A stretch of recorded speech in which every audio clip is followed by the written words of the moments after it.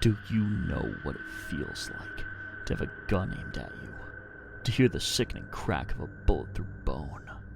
To see blood spurt like a crimson fountain? Before that Halloween, I didn't. I was just a sweet kid who loved candy, trick-or-treating and dressing up in costumes. You notice how I'm speaking in the past tense? That's because something happened. Something that shattered my love for Halloween forever. I'm only 16 now, but after that horrific night, I carry enough trauma for a lifetime. We are too old for this, Josh grumbled as I dragged him along. Josh was my best friend, but he hated Halloween. Don't be a buzzkill. I can't go trick-or-treating alone, I pleaded, shaking my candy bag at him. We're only 13 once. Let's enjoy it while we can.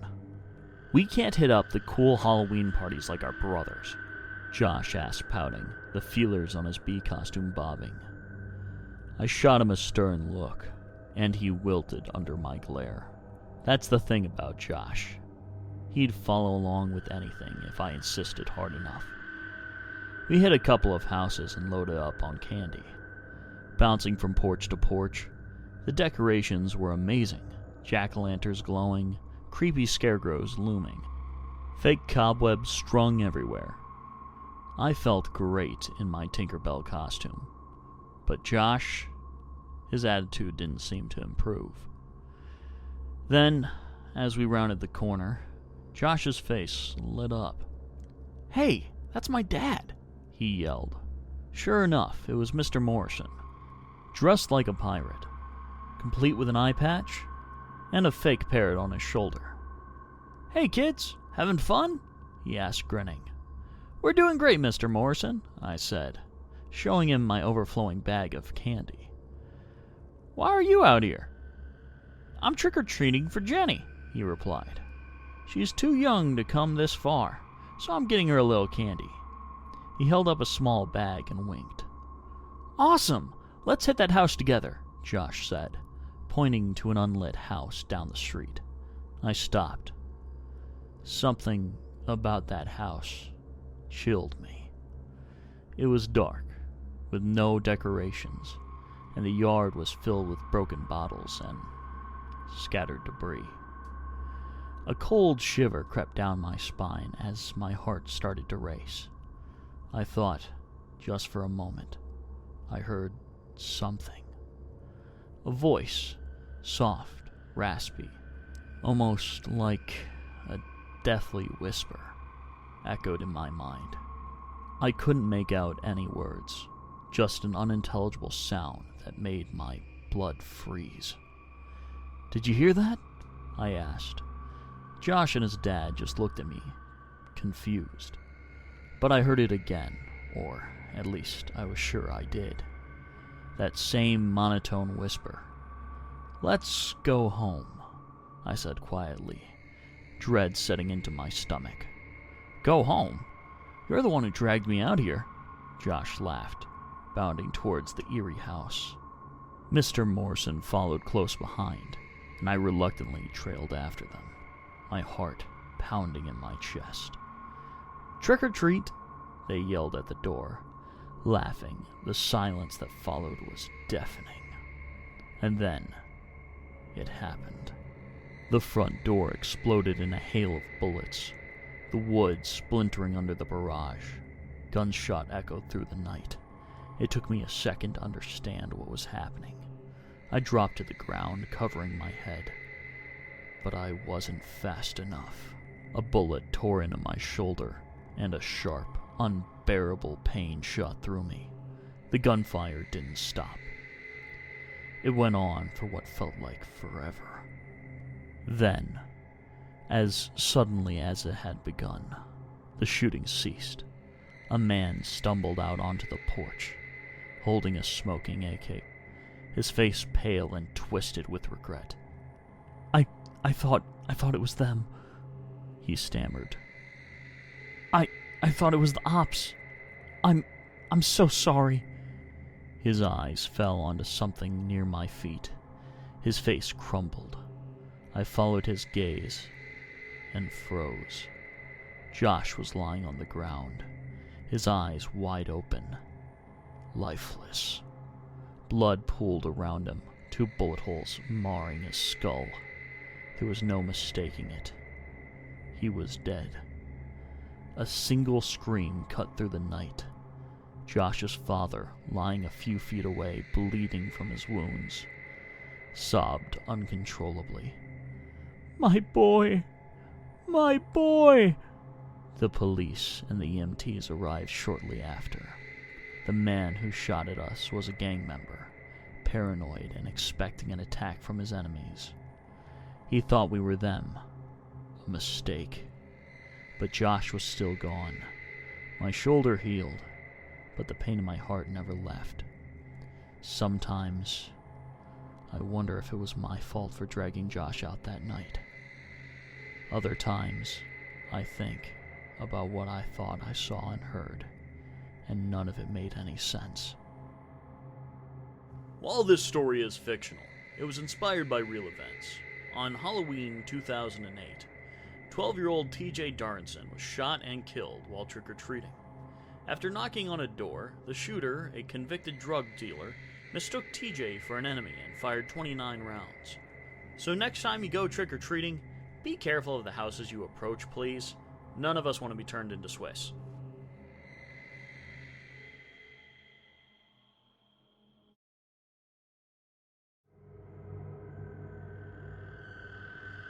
When I woke up in the hospital, the first thing on my mind was Freddy Krueger.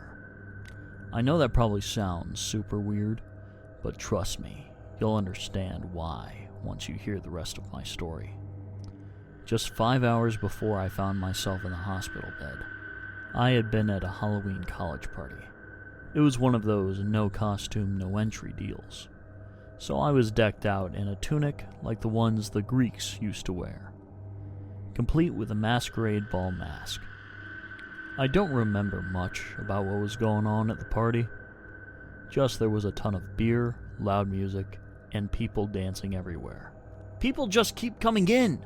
Ethan shouted over the music. "Well, what did you expect?" I shouted back, grinning. "You advertised it as an open party." He scowled at me, clearly regretting the decision. Ethan, my best friend, who had thrown the party but hadn't anticipated the massive turnout. He gave me a look before heading outside, probably to lock the gate. I shrugged it off and went back to dancing. With each sip of beer, I could feel myself getting more and more drunk. After a while, I made my way outside, needing a break from the crowded and sweaty house. The yard was quieter, with a few people passed out on the lawn. What a bunch of losers, I thought to myself. I looked over for Ethan and spotted him by the gate with his brother, Eric. Something was going on, so I moved closer to see what was happening. "You have to let us in, mate," a guy dressed as Freddy Krueger was shouting. Behind him were a few others dressed as classic horror movie characters. Jason, Michael Myers, and Ghostface, just to name a few. They were all demanding entry. "I don't know you, you're not invited, get the hell away from my house," Ethan shot back, clearly agitated. A small crowd from the party was starting to gather by the gate, curious about the commotion. "We're not going anywhere," Freddy said, his tone dripping with anger. Something about the way he said it made the hairs on the back of my neck stand up. Sure, getting denied entry to a party sucks, but his reaction felt off. Way too aggressive for someone we didn't even know. "Ethan, let's just go back inside," I said, putting a hand on his shoulder. "You're right. We'll leave these idiots out here and see how they like the cold," he agreed, turning to follow me. "I said, let us the f*** in!" Freddy screamed. The noise from the party suddenly seemed to fade. It was like the whole world went silent for a moment, and an eerie tension settled over us. I don't know if everyone felt it, but I sure did. "Duck!" I screamed, diving into the ground as Freddy pulled a gun from somewhere in his costume and started shooting. The sounds of gunfire was deafening. Screams filled the air as people scattered in every direction, glass shattering as bullets hit windows and cars. I felt a sharp, burning pain in my arm and looked down to see blood seeping through my costume. I had been shot. It all happened so fast.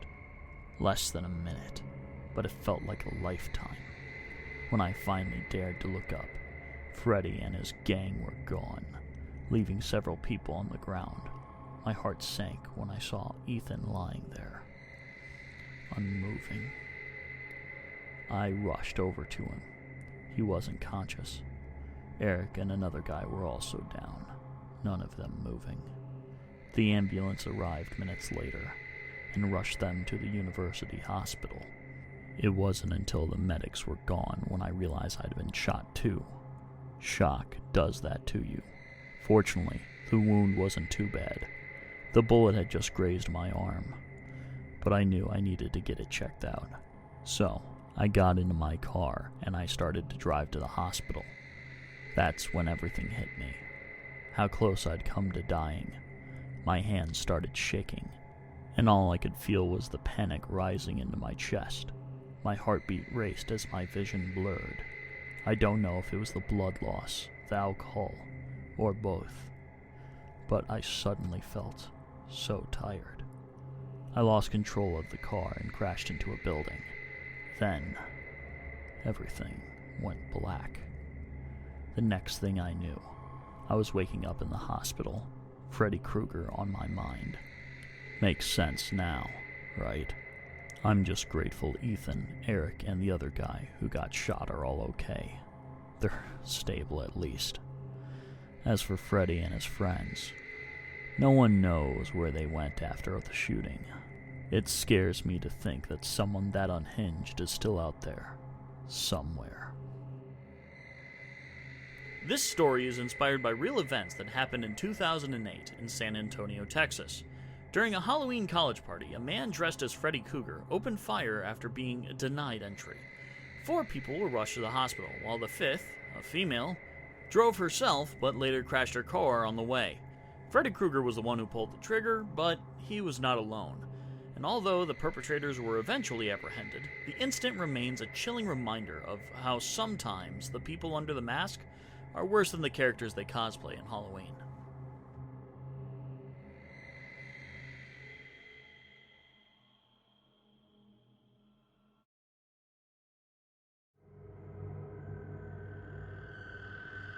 The moon hung high in the sky, casting a gentle glow over the crowded streets of Quebec. Everywhere I looked, people were dressed in costumes, rushing through the night. Immersed in the Halloween spirit, I too was excited and swept up by the excitement. Moving from the house to house, shouting trick or treat. I was wearing a brown costume and a white bunny costume. Casey and Paul were with me. The 3 of us had been best friends since kindergarten. When you're 12, Halloween is all about costumes and candy. You don't think about its dark origins or the eerie legends that linger. But that night, I learned more than I ever wanted to, and since then, I've never gone out trick-or-treating again. "I think we have enough candy," Cassie said, showing us her bag, brimming with sweets of all kinds. "No, we could do a couple more houses," I replied, walking up the stairs of another house, forcing her and Paul to follow me. A nice old lady answered the door and handed us a bunch of sweets with a warm smile. As we made our way down the stairs, Paul tugged at my sleeve, his expression uneasy. "Guys, I think it's getting late. We should head back," Paul said, his eyes darting nervously around. Casey sighed. "Yeah, I got more than enough. Look at my bag. It's about to burst." I scoffed, my eyes rolling. "Come on, just a few more houses." Paul shook his head. "No, really, I can't eat all of this candy." "Fine, leave then," I said, pushing ahead towards the next house. Cassie hesitated for a second, before shrugging and following Paul as they walked off. I watched them leave, annoyed. Determined to get one last haul, I walked up the steps to a house at the end of the block. It was dimly lit, its porch creaking beneath my feet. I rang the doorbell, but heard no movement inside. Just as I turned to leave, a police officer passed by on the street. "Hey, kid," he called out. "You should head home. It's getting late." I glanced back at him. "Yeah, okay," I muttered, not really intending to listen. But as he walked away, something changed. The festive sounds of laughter and footsteps faded away, replaced by an eerie, suffocating silence. Stopped in my tracks, a strange feeling settled in my chest. Like I wasn't alone. Like someone was watching me. The air thickened, and I realized a thick fog had crept in out of nowhere, swirling around me. Suddenly, from within the fog, 2 glowing red eyes appeared. My heart pounded as the eyes drew closer, cutting through the mist-like fire. As the fog dissipated, a figure emerged, tall, imposing, clad in full samurai armor. At first, I almost laughed. Nice costume, I thought. But then, I saw it. The katana in his hand, dripping with fresh blood. I froze, my brain screaming at me to run, but my legs refused to move. "Sick fit, man!" someone shouted from behind me. I turned to see a guy in a cartoon character costume approaching the samurai, grinning like he didn't have a care in the world. Without a warning, the samurai lashed out, slashing the man's throat with a swift, precise motion. Blood sprayed everywhere, splattering onto my clothes, into my candy bag. The man collapsed, gurgling, clutching his neck as the crimson life drained from him. I stood there, paralyzed, watching as the life drained out of him. I couldn't move. I couldn't scream. My mind couldn't process what was happening. This was real. Too real. Across the street, a woman saw the attack. She screamed, her voice piercing the night. The samurai turned his head, slowly, locking eyes with her. In an instant, he was upon her, his katana slicing through the air. She fell to the ground, her clothes blooming with blood. As she gasped for air, I watched, horror-stricken, my body trembling uncontrollably. I wanted to shout. I wanted to run, to do something, anything. But I was frozen. The fog swirled again, thick and unrelenting, swallowing the samurai whole until he disappeared, like a ghost retreating into the night. The silence returned, heavier than before, pressing down on me like a weight. I collapsed to the ground, curling into a ball, shaking uncontrollably. When the police found me, I couldn't speak. My clothes were stained with blood, my candy bag soaked. Of the samurai, there was no trace. They asked me questions, but all I could do was stare into the distance, shivering. Later, I learned the man in the samurai armor had killed 2 people and injured 5 before he was caught. But the knowledge did not bring me any comfort. Since that night, I've never gone out trick-or-treating again. This story is inspired by a real event that took place in Quebec City, Canada, on Halloween night back in 2021. A man dressed in medieval armor went on a violent rampage, killing 2 people and injuring 5. The 24-year-old suspect had been driven by dark, twisted urges and was seemingly out for blood. Disturbingly, he had made threats about carrying out such attacks nearly for 6 years. The tragedy left the city in shock, and its chilling nature serves as the backdrop for this fictional retelling, capturing the fear and horror experienced that night.